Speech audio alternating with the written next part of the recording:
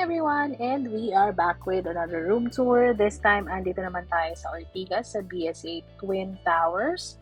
So, this is gonna be short and quick. So, welcome back to my channel. Hope you enjoy. Let's go! So, this is my third time to stay here. Second time with my ate. Yung ako lang mag-isa was during the time na nag-review ako for Six Sigma. So, here's our room, 1403. Let's go. This is the key card. Insert mo lang, of course. Pagpasok mo here, makikita natin agad, ayan yung door. So, merong cabinet agad dito. O, diba? So, it's empty. And then, sa left side, ito na ang ating comfort room. So, ayan naman siya.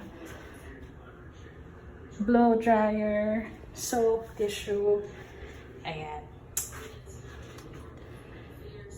Toothbrush, toothpaste, ito, what's this? Shampoo with conditioner and another bath soap.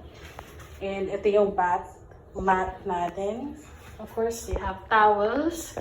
And please do change. Ayan yung reminder. So, if you need to have it replaced, lagay sa floor. But pag hindi pa, so hanger nyo lang dyan.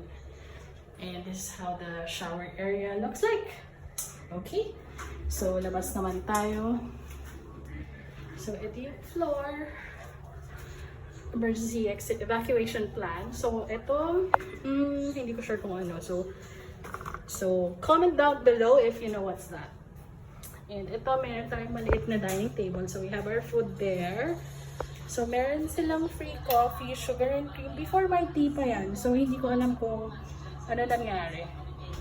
So, meron tayong TV. Ayan. So, news, ANC. And ang ating aircon. And then, another cabinet here. Ayan. So, buksan natin. Ayan. So, you will see safe, some hangers, and of course, my bag right there. Hindi ko natatanggal yung tag. And, of course, my ate is right there. And dito naman, so ayun yung comfort room. So, saan yung kamay ko? Comfort room, and then ito siya. This is a serviced apartment, so pwede kayo magluto dito. So, you have your microwave oven, your fridge. Ayan, may dalawang free na water. Tada! Ito sa amin na yan. And ang inyong sink, electric kettle, and of course, pwede kayo magluto. Ganyan. And then, ayan, meron tayong table dyan. And the bed. So, ano nga ba itong room natin? Deluxe to. Deluxe room. So, we asked for twin beds. And meron tayo ditong parang powder area. Powder room, gano'n. Pwede ka mag-laptop dito if you want. So, that's me. Hello. And of course, ang view natin dito ay tada, Mega Mall. So, ayan na.